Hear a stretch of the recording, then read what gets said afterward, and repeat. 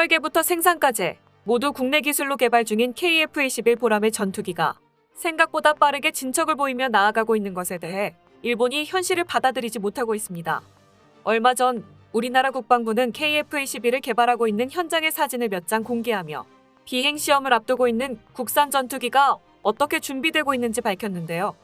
한국 공군 차세대 주력 전투기의 개발 근황은 전 세계적으로 큰 이슈가 되었으며 외신들은 한국이 기어코 세계에서 8번째로 4.5세대 이상의 첨단 초음속 전투기를 만들어내려 하고 있다고 보도했습니다. 일본은 이처럼 한국의 방산 기술이 주목을 받고 있는 현실이 못마땅한 채 KF-21이 해외 미디어를 통해 실제 성능과 다르게 크게 부풀려지고 있다고 말하며 절대로 국산 전투기 개발에 성공하지 못할 것이라고 주장해왔죠. 게다가 최근에는 일본 언론이 KF-21 보라매가 지상시험 도중 완전히 분해되었다는 황당한 주장을 내놓으면서 대한민국의 기술력으로는 초음속 전투기를 만들 수 없다는 목소리를 높이기도 했습니다. 그러나 어떻게든 발목을 잡아보려는 일본 언론의 시도에도 불구하고 방위사업청과 한국항공우주산업 연구진들의 노력 끝에 KF-21 전투기는 지상시험을 거의 마무리했고 순탄하게 초도 비행 준비에 들어갔는데요. 심지어 이번에 한국 국방부가 공개한 사진 중에는 그간 언론에서 놓치고 있던 부분들도 포착되어 언론에 의해 성능이 부풀려지고 있다는 일본의 의혹을 단번에 불식시켰습니다. 대체 무슨 일이 있었던 것인지 자세하게 알아보겠습니다. 한국형 전투기 KF-21 개발 사업은 진행 내내 일본의 강한 견제를 받으며 폄하되었습니다. 그중 가장 대표적인 예시는 한국의 전투기가 출고한 지 한 달 만에 분해되었다는 것이었는데요. 일부 일본 매체는 오는 7월 비행시험에 들어갈 것이라는 KF-21 보라매가 지상시험 도중 8갈래로 해체되었다는 의혹을 거론시켰습니다. 기사에 따르면 지난 4월 한국 정부의 일정에 맞춰 KF-21의 출고식이 무리하게 앞당겨졌으며 그 후유증으로 인해 출고식 직후부터 이례적으로 해체 수준의 분해 작업이 이루어졌다는 조롱 섞인 내용이 보도되고 있었습니다. 이러한 기사를 작성한 일본 매체는 전투기의 분해와 조립 비용은 상상을 초월하며 전 세계적으로도 출고식을 마친 전투기가 재분해된 사례는 매우 드물다고 강조했습니다.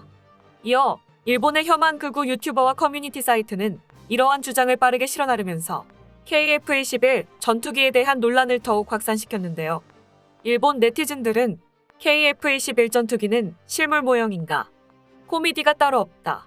한국 공군이 불쌍하다. 이런 걸로는 결코 날 수 없을 테니까 등의 반응을 보이며 대놓고 비아냥거렸습니다.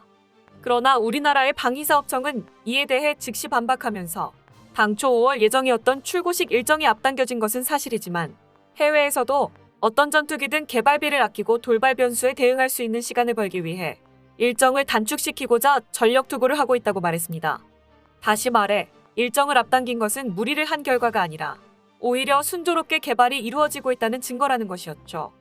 또한 KF-21 전투기의 체계종합업체인 한국항공우주산업 카이의 관계자는 일본의 주장에 어처구니가 없다는 듯 연료 탱크에 공기를 한계치 이상으로 주입하는 가압시험에서 엔진 등의 탈거는 필수적이라고 설명했고 조종석 뒤에 있는 연료 탱크 시험을 위한 과정에서는 조종석 덮개를 떼어내기도 한다고 말했습니다.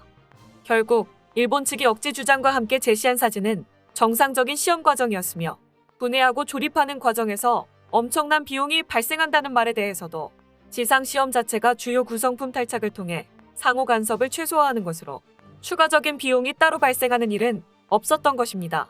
전문가들은 주요 구성품 탈착은 어느 국가에서나 시제기 시험 과정에서 다반사로 일어나는 일이고 F-35 개발 과정에서도 마찬가지였다는 의견으로 일본에서 발생한 논란을 잠재웠습니다. 그러나 정말 중요한 것은 어째서 일본이 이처럼 금방 들통날 거짓말을 내뱉었는가 하는 것이었는데요. 이는 근래 들어 동아시아에서 하늘을 제패하고 주도권을 장악하려는 움직임이 심화되고 있었기 때문입니다.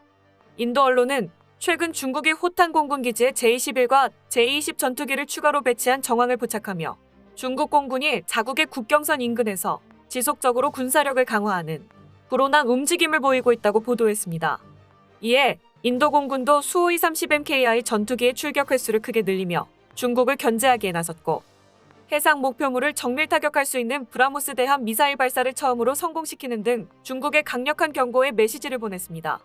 또한 대한민국 공군 제11 전투비행단에서도 지난 24일 F-15K 전투기 30여 대를 도열시킨 엘리펀트 워크 훈련을 벌이기도 했는데요. 엘리펀트 워크는 다수의 전투기가 최대 무장을 장착한 채 밀집 대형을 이루어 이륙 직전 단계까지 지상 활주를 벌이며 주변국들이 기승을 부리는 지금과 같은 상황에서 억제 수단 중 하나로 시행하는 훈련이었습니다.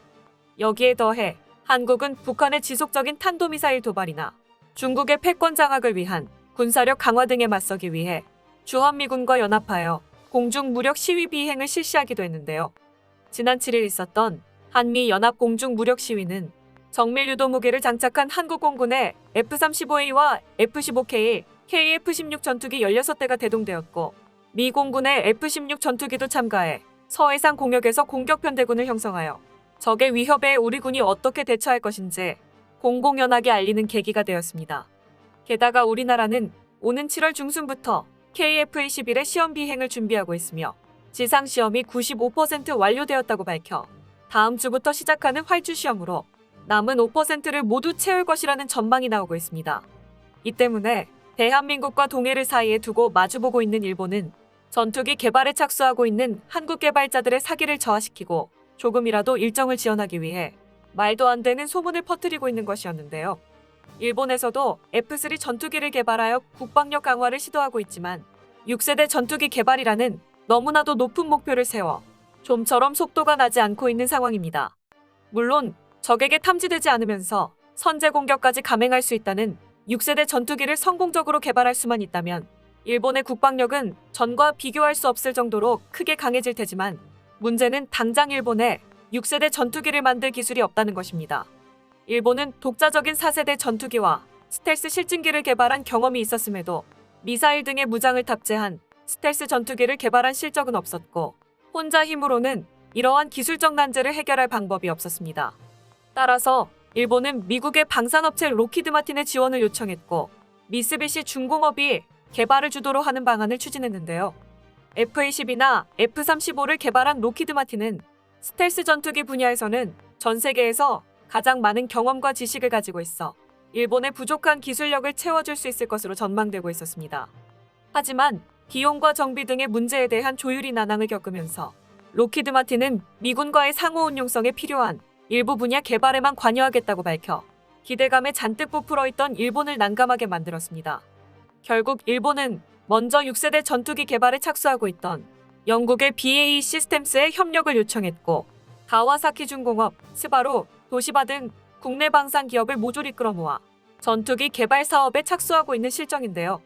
그러나 이처럼 모두가 뛰어들어 6세대 전투기 개발을 서두르고 있음에도 아직은 프로토타입조차 언제 나올지 알 수 없으며 빨라도 2028년은 되어야 첫 비행 시험을 시도해볼 수 있을 것으로 나타나고 있습니다. 이로 인해 일본에서는 전력 약화를 우려하는 목소리가 나오고 있었으며 방위성이 무리한 계획을 세워 국가를 걸고 도박을 하고 있다는 식의 날카로운 비판도 있었습니다. 이는 현재 일본의 항공자위대가 운용하고 있는 주력 전투기 F-15J가 이미 50년은 지난 모델이었기 때문이며 당장 중국과 러시아가 합심하여 일본을 노리고 압박의 수위를 높여가는 상황에서 언제 개발이 완료될지도 모르는 6세대 전투기의 실전 배치를 느긋하게 기다릴 수는 없었던 것입니다. 다시 말해 일본은 제대로 된 기술력을 갖추지도 않은 시점에서 6세대 전투기 개발에 돌입한 국가라는 타이틀에 집착하다가 스스로의 위기를 초래하게 되었는데요. 그러나 우리나라는 일본의 여론몰이에도 흔들리지 않고 꾸준하게 KF-21의 개발을 거듭해 계획대로 다음 달부터 비행시험에 돌입할 예정이었죠. 특히 최근 국방부에서 공개한 현장 사진으로 KF-21 보라매의 시제 4호기와 6호기가 복자형 구조로 제작되고 있다는 사실이 확정되어 많은 주목을 모으고 있습니다. 복자 전투기는 하나의 조종석으로 이루어진 보통의 단자 전투기와 달리 2개 이상의 조종석으로 이루어진 기체를 말하는데요.